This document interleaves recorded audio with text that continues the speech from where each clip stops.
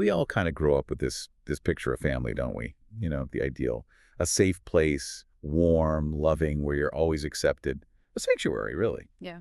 But let's be honest, for a lot of us, the reality, it can feel quite different. Sometimes less like a haven, maybe more like a constant negotiation, Yeah. or even sometimes like a battlefield for your own well-being. That's a really common feeling, actually, and it's often kind of taboo to talk about. There's this pressure, to only see the good side of family. So today, we're going to do a deep dive into exactly that, these challenging family dynamics. The goal here isn't about blame. It's about figuring out how to protect your emotional self, your mental health. Right. And it's not selfish. It's actually necessary so you can keep being, well, a grounded person for everyone else, too. Absolutely. We've been digging into some really insightful stuff, specifically excerpts from Healing Your Heart in Challenging Family Dynamics. And this isn't just a book report. Think of this as us pulling out the absolute key takeaways, the actionable bits. We're going to unpack some maybe surprising ideas to help you navigate this stuff better, build healthier connections, or maybe just find some peace within it all. Let's get into it. Yeah, okay. So one of the first big ideas the material hits on is pretty fundamental. It says, saving your heart isn't selfishness. It's maintaining mental health so we can continue being good people. That really challenges how many of us think about self-care, doesn't it? That it's somehow, like, indulgent. Totally. It makes me think of that classic oxygen mask thing on airplanes. Exactly that analogy. You have to put yours on first before you can help anyone else. The source material is really clear if your inner well is empty because you're just giving and giving. You literally have nothing left. Nothing. Yeah. And filling that well, it doesn't have to be complicated. It could be finding some alone time, actually doing things you enjoy, getting enough rest, that's a big one. Or even just feeling okay saying no to things that'll stretch you too thin. Precisely. And when that well is full, or at least fuller, you find you have more patience, right? More compassion for your family. But if you neglect it, like the material warns, you're just running on fumes. So self-care isn't about avoiding responsibility. It's framed as preparing ourselves to handle various challenges mindfully and effectively. It's like basic prep work. Okay, so building right on that idea of self-preservation, the material talks about boundaries in a really interesting way. Not as walls, shutting people out completely, like fences with gates. I love that visual. You get to decide who comes in based on respect, and you can close the gate to people who cause harm. It's about managing access, not total blockade. It makes it so much clearer, doesn't it? And it's super practical for families. It means you get to define what's okay behavior for you. Like maybe saying, hey, I need you to speak to me respectfully, or setting a rule about dropping by unannounced, or even stopping criticism about your personal choices. Right. Things that feel intrusive or disrespectful. Yeah. And the point isn't just to push people away. It's aimed at reducing that constant conflict and hopefully building more mutual respect over time. And the way you set these boundaries, these fences, is key too, isn't it? The material really stresses doing it with love and firmness, not with anger or revenge. That's the tricky part sometimes. It is. They even suggest phrasing like, I love you, but I love myself too, and this is what I need you to respect. It's not accusatory. It's about stating your needs while, still acknowledging the relationship. That takes practice. Definitely. So if boundaries are the framework, then clear communication. That's like the roadmap everyone uses inside that framework. The source points out something so true. Most family fights aren't really about malice. They're just misunderstandings, unclear communication. Oh, absolutely. Expecting people to just know what you need or feel. Yeah, the mind-reading expectation. It never works. Never. So the advice is pretty direct. Mm-hmm. You gotta actually say what you need, how you feel, what you expect. Don't make them guess. Okay, but how do you do that without it turning into an argument? Especially with family. Things can get heated fast. The material offers that classic but really powerful tool using I statements instead of you statements. Yes, huge difference. So instead of like, you always make me feel guilty. Which immediately puts someone on the defensive. Right. You say something like, I feel pressured when we talk about X. It's about owning your feeling, not blaming their intention. It lands differently. It can really de-escalate things. It really can. And clear communication is also about, the other side of it too. Asking questions if you're not sure what someone means, maybe asking them to repeat something, and checking that you understood correctly before you react. Yeah, that confirmation step is vital. It takes time and patience, like the material says, no quick fix.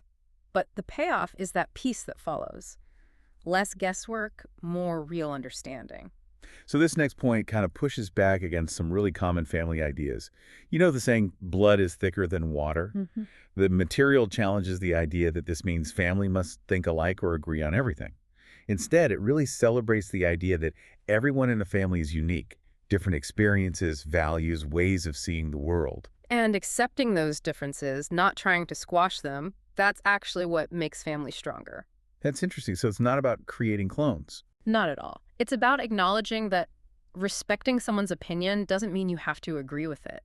It's just recognizing their right to have their own perspective based on their life. And actually, the source argues that having that diversity of thought, it helps families solve problems better. How so?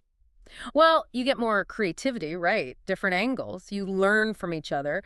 It broadens everyone's horizons instead of just staying in an echo chamber. Okay, that makes sense.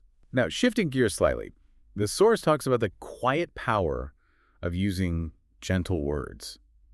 It suggests that the words we choose, especially in conflict, are kind of like the deciding factor. They determine if things get worse or start to heal. Yeah, and it pushes back against the idea that being gentle is being weak. Right, like you have to yell to be strong. Exactly.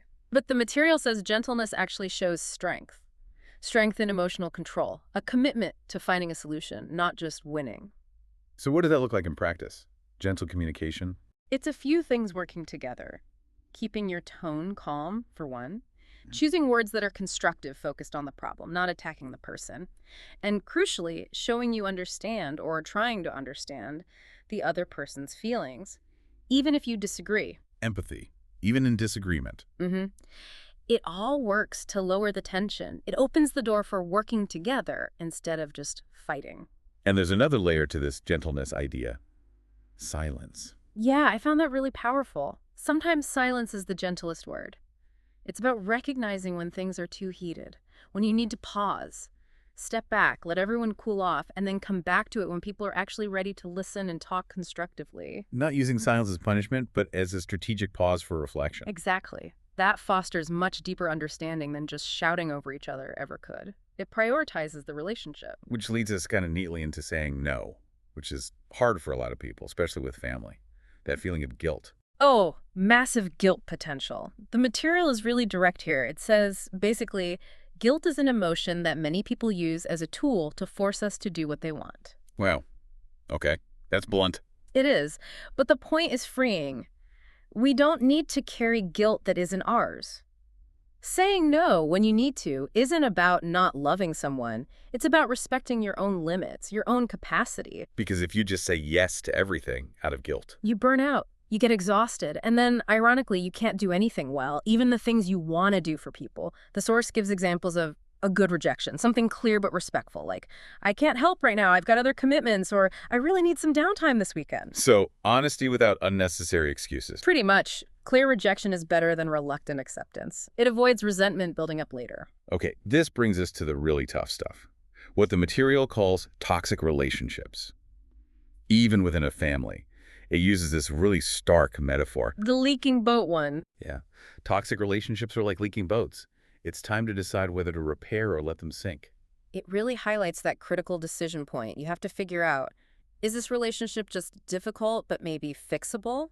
Or is it actually harmful, destructive? That's a huge distinction to make. How does the material suggest we identify that toxicity? It lists some pretty clear warning signs, things like constantly being belittled or controlled, having your feelings consistently dismissed, like they don't matter, or even psychological intimidation, stuff that makes you doubt yourself. Serious patterns, not just occasional bad days. Right. And it acknowledges that deciding to create distance, maybe even temporarily cutting contact, it's incredibly difficult, painful. Yeah, the family bond is strong, even when it's unhealthy. But the core message comes through so strongly. Being family doesn't give anyone the right to harm us.